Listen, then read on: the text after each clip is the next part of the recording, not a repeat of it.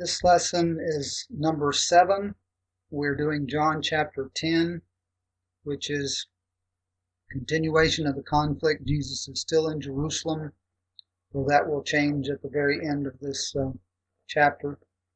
This is what is called the Discourse on the Shepherd, Jesus being the Good Shepherd. First question is, what is a sheepfold? A sheepfold or a sheep pen is a rock wall enclosure of loosely stacked stones out in the open fields. It provided protection against thieves. It provided protection from wolves and from other animals. The enclosure also contained the door of the sheepfold, which was an opening for the sheep to come in and go out. The shepherd would also lie in this opening to prevent thieves or wolves from coming in. The second part of question 1 asks, what did the sheepfold illustrate in this passage? Well, verse 16 and verses 26 and 27 gives us a little insight to that.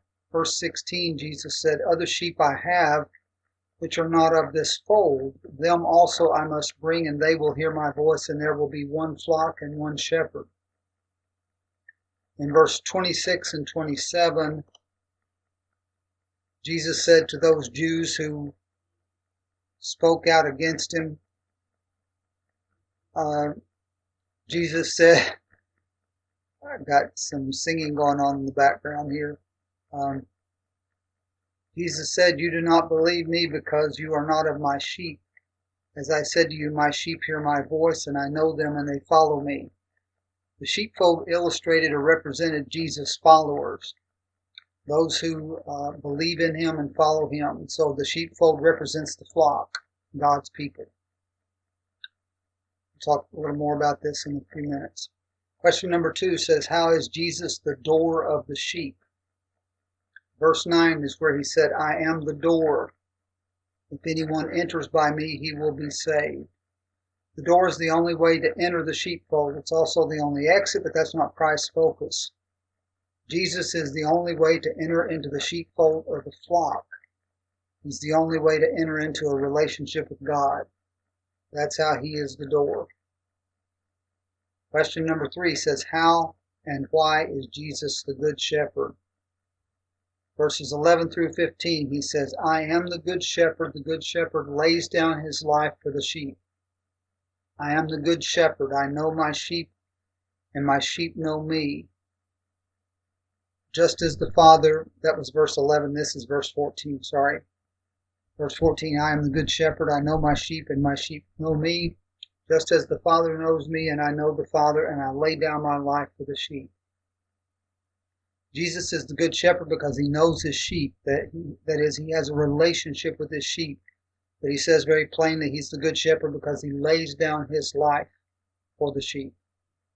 Question number 4 says, who are the sheep not in this fold?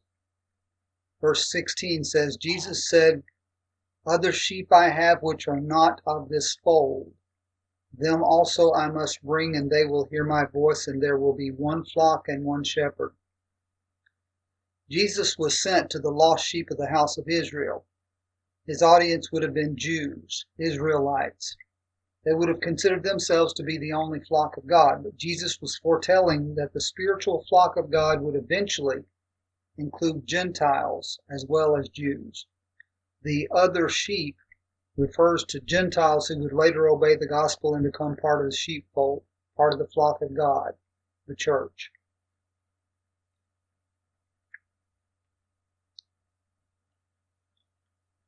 Question number 5 says, what did public opinion say about Jesus now? Verses 19 and 21 were told the Jews who heard these words of Jesus were again divided. Many of them said, "He is demon-possessed and raving mad. Why listen to him?" But others said, "These are not the sayings of a man possessed by a demon. Can a demon open the eyes of the blind?" So as we continually see, there was disagreement among the people regarding who Jesus was. Move into the next section now, which is section G, which is chapter 10, verses 22 through 42. Question 1 asks, what was the Feast of Dedication?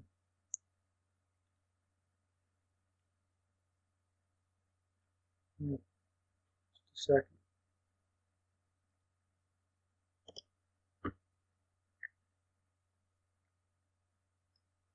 Sorry, didn't catch up with my PowerPoint there. What was the Feast of Dedication? Verse 22 says, then came the festival of dedication at Jerusalem. It was winter. And then the text continues. The Feast of Dedication is what we know as Hanukkah, which occurs in late November or early December. It was the feast which celebrated an event that occurred over 150 years before Christ was born. At that time, the Jews were ruled by the Syrians to the north. The ruler was named Antiochus Epiphanes, and he conquered Jerusalem, and he set up a statue of the Greek god Zeus in the temple above the altar. He had pigs brought in, which was the most detestable animal to a Jew. He had them brought in and sacrificed on the altar. 3 years later, the Jewish military leader named Judas Maccabeus recaptured Jerusalem and rededicated the temple. He and his men built a new altar in place of the one that had been defiled, and they dedicated it again to the worship of the Lord. Excuse me. They commanded that a feast of 8 days should be kept each year at this season in memory of the dedication. When the Greeks had entered the sanctuary that I referred to a while ago, they defiled the jars of oil used to light the menorah. Get a picture of that up here, going the wrong way. Candelabrum, the menorah, the Jewish lampstand. And when Judas and his men defeated them, they searched and found only one jar of oil which was still sealed. But it had enough oil for only 1 day. It's said that the oil burned miraculously for 8 days. That's why the feast is celebrated for 8 days. It's also known as the Feast of Lights. Each day of the feast, blessings are recited and a candle is lit on the menorah. Second part of that question says, where was Jesus walking? So it says it was the Feast of Dedication. And then verse 23 says Jesus was in the temple courts, walking in Solomon's colonnade. Here's an illustration of the Jewish temple in Jerusalem. And if I can get my cursor to show up here on the screen. There it is.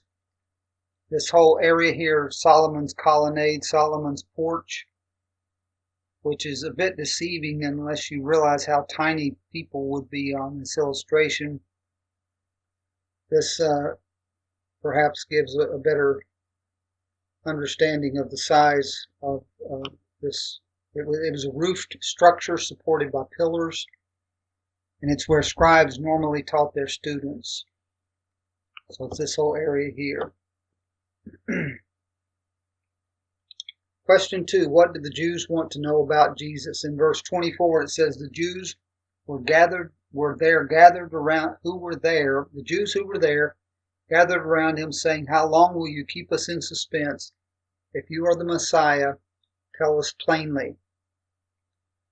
Jesus had addressed this, and we'll see that in just a second with question number 3, but the spirit of patriotism ran high during this festival, as you can imagine. And the Jewish leaders surrounded Jesus, and they were attempting to get him to say something that would turn the crowds against him.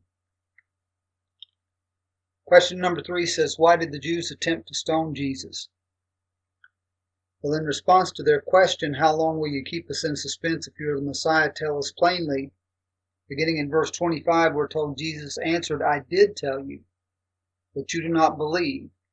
The works I do in my Father's name testify about me, but you do not believe because you are not my sheep. My sheep listen to my voice. I know them and they follow me. I give them eternal life, and they shall never perish. No one will snatch them out of my hand. My Father who has given them to me is greater than all. No one can snatch them out of my Father's hand. I and my Father are one. This was a very bold statement. Again, his Jewish opponents picked up stones to stone him, but Jesus said to them, I have shown you many good works from the Father. For which of these do you stone me? We are not stoning you for any good work, they replied, but for blasphemy, because you, a mere man, claim to be God.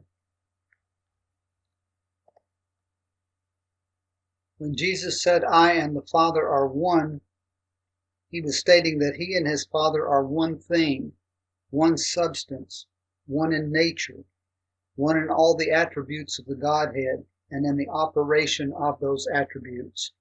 As I said, this was a very bold claim, and they took it very seriously. Since they did not believe Jesus was God, they did not believe he was the Son of God, this was blasphemy to them, and so they were determined to put him to death. Question number 4 says, where did Jesus visit? Let me get my screen back up here.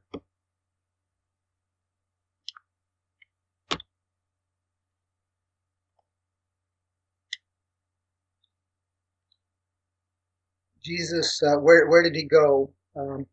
Jesus continued to try to reason with them, but we are told in verse 39, again they tried to seize him, but he escaped their grasp. Then Jesus went back across the Jordan to the place where John had been baptizing in the early days, and there he stayed. So Jesus went back to this area we call Perea, or which was called Perea. This is Jerusalem.